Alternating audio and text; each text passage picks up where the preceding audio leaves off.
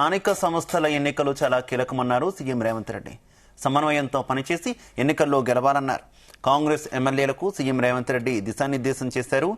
నేను మారాను, మీరు మారండి అంటూ ఎమ్మెల్యేలకు సూచించారు. ఎమ్మెల్యేల ప్రోగ్రెస్ రిపోర్ట్లు తన దగ్గర ఉన్నాయన్నారు సీఎం. కాంగ్రెస్లోకి చాలా వలసలు ఉన్నాయని, ఇక వర్గాలను దూరం పెట్టి కార్యకర్తలకు సమయం ఇవ్వాలంటూ సూచించారు సీఎం.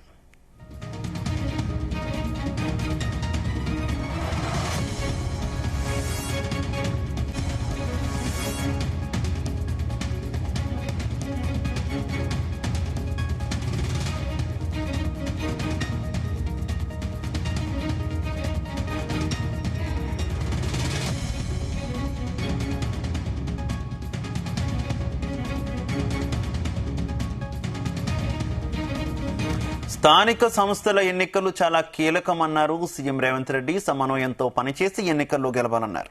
కాంగ్రెస్ ఎమ్మెల్యేలకు సీఎం రేవంత్ రెడ్డి దిశానిర్దేశం చేశారు. నేను మారాను, మీరు మారండి అంటూ ఎమ్మెల్యేలకు సూచించారు. ఎమ్మెల్యేల ప్రోగ్రెస్ రిపోర్ట్లు తన దగ్గర ఉన్నాయన్నారు. ఇక కాంగ్రెస్లోకి చాలా వలసలు ఉన్నాయని, ఇక వర్గాలను దూరం పెట్టి కార్యకర్తలకు సమయం ఇవ్వాలంటూ సూచించారు రేవంత్.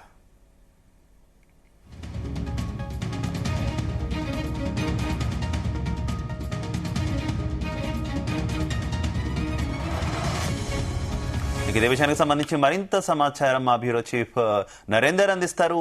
నరేందర్. రైట్ శివ, ముఖ్యమంత్రి రేవంత్ రెడ్డి ఈరోజు తన నివాసంలో జూబ్లీహిల్స్ లో చాలా మందితో ఈ రోజు కలవడం జరిగింది. కొత్త సంవత్సరం మొదటి రోజు కాబట్టి చాలా మంది అంటే మంత్రులతో పాటు ఎమ్మెల్యేలు, కార్పొరేషన్ చైర్మన్లు, ఎంపీలు, ఎమ్మెల్యేలు, ఎమ్మెల్సీలు అందరూ కూడా క్యూ కట్టినటువంటి పరిస్థితి. చాలా మందితో కూడా ఓపికగా మాట్లాడారు, ఫోటోలు దిగారు. అయితే దాని తర్వాత మంత్రులు, ఎమ్మెల్యేలతో ప్రత్యేకించి సమావేశమయ్యారు. ఈ ఫోటో కార్యక్రమం అయిపోయిన తర్వాత చాలాసేపు కూడా మాట్లాడడం జరిగింది. ఎందుకంటే అధికారంలోకి వచ్చి 12 నెలలు అయిపోయి 13వ నెలకు వచ్చినటువంటి నేపథ్యంలో ముందు అసలైనటువంటి ప్రోగ్రెస్ ఇదే సమయం. మనం ఒక సంవత్సరం అయిపోయింది, వచ్చే 4 సంవత్సరాలు మనం ఎలా కష్టపడాలి, బీఆర్ఎస్ పార్టీ కానీ బీజేపీ కానీ విమర్శిస్తున్నట్టుగా మనం ఎక్కడెక్కడ పొరపాటు జరిగినాయో అవన్నీ కూడా సరిదిద్దుకొని ముందుకు వెళ్లాల్సిన అవసరం ఉంది అన్నటువంటి విషయాన్ని పోస్ట్ మార్టం కూడా చేసుకునే ప్రయత్నం కూడా చేశారు. మార్పు కోసం మనం మనకు అధికారం ఇచ్చారు, ఆ మాట నిలబెట్టుకునే ప్రయత్నం అయితే కొంతవరకు చేస్తున్నాం. మరింతగా పెంచాలంటే మీ సలహాలు, సూచనలు కూడా చాలా అవసరం అన్నటువంటి విషయంలో రేవంత్ రెడ్డి ఓపెన్ గా, ఎందుకంటే చాలా దుందుగుడుగా వ్యవహరించేటు రేవంత్ రెడ్డి ఒకప్పుడు నేను కూడా తగ్గాను, మీరు కూడా తగ్గి ఖచ్చితంగా ఎన్ని విమర్శలు వచ్చినా కూడా ముందుకు వెళ్లాల్సిన అవసరం ఉందని కూడా చెప్పారు. ఎందుకంటే గతంలో అధికారం లేనప్పుడు ఎన్నో రకాల హామీలు ఇచ్చాము, ఎన్నో రకాల దాంట్లో చాలా అంటే ఫేజ్డ్ మేనర్ లో చేసుకుంటూ వస్తున్నాము. ఇంకా చేయాల్సిన అవసరం చాలా ఉంది. ఇప్పుడు 6 గ్యారెంటీలు అయితే సక్సెస్ఫుల్ గా మనం చేశాం, ప్రజల మన్ననను పొందుతున్నాం. కనుక మరిన్ని కూడా ఇవ్వని హామీలను కూడా మనం చేసే ప్రయత్నం చేద్దాం అన్నటువంటి విషయం కూడా. ఎందుకంటే రైతు కాని వాళ్ళకు కూడా డబ్బులు ఇచ్చేటువంటి స్కీములు కానీ, లేదా మిగతా వాళ్ళకి కావచ్చు, ఆటో డ్రైవర్లకు కావచ్చు, ఇట్లాంటి చాలా మందికి కూడా కొన్ని ఇవ్వాల్సిన అవసరం ఉందని కూడా చర్చించారు. మాట నిలబెట్టుకుందాం, కష్టపడి పనిచేద్దాం, మీరంతా కూడా సహాయ సహకారాలు ఇవ్వాల్సిన అవసరం ఉంది. నేను ఒక్కనే కాదు, టీంలో అందరూ కష్టపడితేనే ముందుకు వెళ్ళే అవకాశం ఉంటుందని కూడా చెప్పారు. ప్రభుత్వంపై ప్రజల్లో సానుకూల వాతావరణం అయితే ఉంది. కనుక ఇప్పుడు వరకు మనం ఎంపీ ఎన్నికల్లో అనుకున్న స్థాయిలోనే గెలిచాం. అంటే వాస్తవానికి ఇంకో 2-3 స్థానాలు గెలవాల్సిన అవసరం ఉండేది. బట్ 1-2 స్థానాలు చేదారినా కూడా బీజేపీ మనం ఒకే రకంగా గెలుచుకోగలిగాం. బీఆర్ఎస్ మాత్రం అంటే ప్రధాన శత్రువుగా భావించేటువంటి బీఆర్ఎస్ పార్టీ 10 ఏళ్ళ అధికారంలో ఉంది కాబట్టి ఆ 10 ఏళ్ళ అధికారంలో ఉన్నటువంటి పార్టీని నీలమట్టం చేశాం. కనుక సక్సెస్ గానే మనం చూడాల్సిన అవసరం ఉంది. రానున్నటువంటి స్థానిక ఎన్నికలు రాబోతున్నాయి, ముఖ్యంగా ముందు ఎమ్మెల్సీ ఎన్నికలు రాబోతున్నాయి. దాని తర్వాత స్థానిక సంస్థలకు సంబంధించి అన్ని కూడా ఉన్నాయి. లోకల్ బాడీ ఎలక్షన్స్, ఎంపీటీసీ, సర్పంచ్లు, జెడ్పీటీసీ ఇవన్నీ ఉన్నాయి. ఇవన్నీ కూడా క్లీన్ స్వీప్ చేయాల్సిన అవసరం ఉంది. గ్రౌండ్ లెవెల్లోనే ఉండండి. గ్రౌండ్ లెవెల్లో ఉండి ఇచ్చినటువంటి హామీని, ముఖ్యంగా ఇందిరమ్మ పథకానికి సంబంధించి ఇండ్లలో ఖచ్చితంగా అర్హులైన వాళ్ళందరికీ కూడా ఇచ్చుకోవాల్సిన అవసరం ఉంది. పార్టీలు ఖచ్చితంగా కష్టపడి వాళ్ళ మన్ననలు కూడా పొందండి. కాంగ్రెస్ వాళ్ళకు అనుకున్న స్థాయిలోనే ఇస్తాం, కానీ బీఆర్ఎస్ వాళ్ళలో కూడా ఖచ్చితంగా నిరుపేదలు ఉంటే ఖచ్చితంగా వాళ్ళకు కూడా ఇవ్వాలి, వాళ్ళ మనసు కూడా గెలవాలి అన్నటువంటి విషయం మీద కూడా చర్చించినట్టు జరుగుతుంది. గత ప్రభుత్వాలు చేసినట్టుగా దళిత బంధు కావచ్చు, లేదా బీసీ బంధు కానీ ఇట్లాంటి బంధుల్లో చాలా విమర్శలు ఎదుర్కొంది ఆ పార్టీ.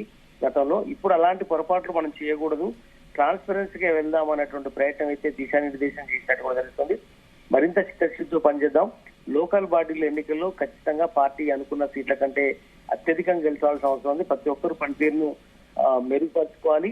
దాని బేస్డ్ గానే మరిన్ని పదవులు కూడా రాబోతున్నాయి. అన్నిటికన్నా ముఖ్యంగా కూడా అది కూడా చెప్పాడు, మంత్రులు ఇంకా 6 పోస్టులు ఖాళీగా ఉన్న నేపథ్యంలో కష్టపడి చేయండి. కార్పొరేషన్ ఇవన్నీ ఏదైతే ఉన్నాయో కొంత రాని వాళ్ళకు కార్పొరేషన్ ఇవ్వడం జరుగుతుంది. కొంతమందికి కష్టపడే వాళ్ళ గ్రౌండ్ లెవెల్ వాళ్ళకి, ఎమ్మెల్యేలకు వాళ్ళకు ప్రమోషన్ అంటే మంత్రి పదవి అయ్యేవాటి ఖచ్చితంగా ఆ అంశాన్ని కూడా దృష్టి పెట్టుకొని మీకు పదవులు వస్తాయి.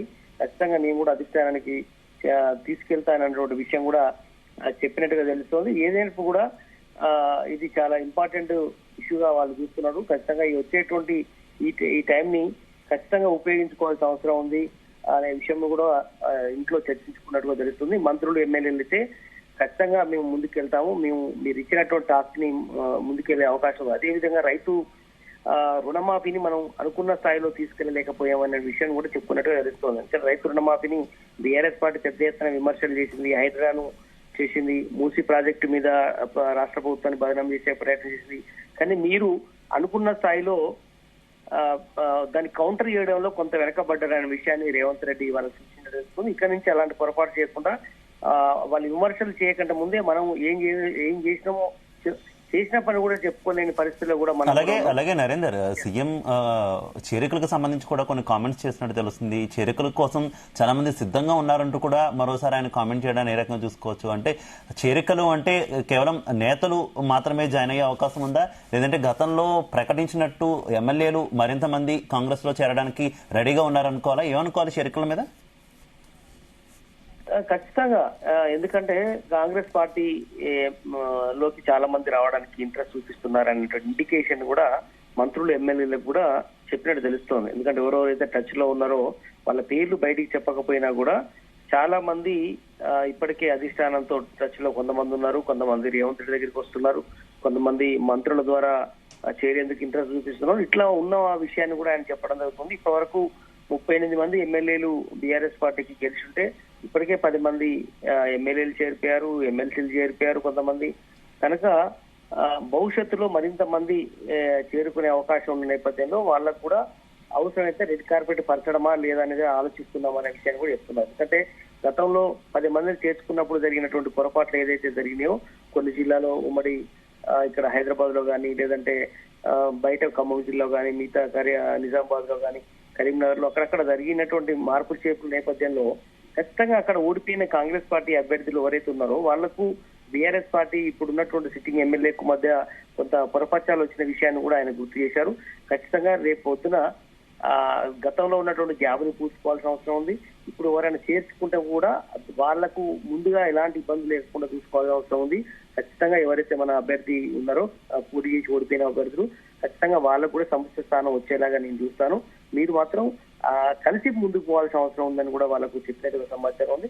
అంటే దీన్ని బట్టి మనకు అర్థమవుతుంది ఖచ్చితంగా వచ్చేటువంటి స్థానిక సంస్థల ఎన్నికల్లో అంటే నెల 15 రోజుల్లోనే ఖచ్చితంగా కొంతమంది ఎమ్మెల్యేలు పార్టీ ఫిరాయించే అవకాశం కనిపిస్తుందని ఇండికేషన్ ని రేవంత్ రెడ్డి మంత్రులు ఎమ్మెల్యేలకు ఇంటైజ్ ఇచ్చారు. వాళ్ళు ఎవరు మరి? హైదరాబాద్ లో రంగారెడ్డి జిల్లా నుంచి ఒకరిద్దరు పేర్లు వినపడుతున్నాయి, జిల్లాల నుంచి కొంతమంది పేర్లు వినపడుతున్నాయి. అది ఎవరనేది కూడా మనకు త్వరలోనే తెలిసే అవకాశం ఉంది. ఖచ్చితంగా ఈ అన్ని అంశాలు పార్టీలో చేరే అంశంతో పాటు ప్రజెంట్ ఉన్నటువంటి స్థితిగతుల మీద, కొత్త స్కీమ్ ను ప్రవేశపెట్టే అంశం మీద రేపు కేబినెట్ లో 4వ తేదీ నాడు జరగబోతున్న నేపథ్యంలో ఖచ్చితంగా కేబినెట్ సమావేశంలో ఎట్లాంటి స్కీమ్ల మీద చర్చ జరిగే అవకాశం ఉంది.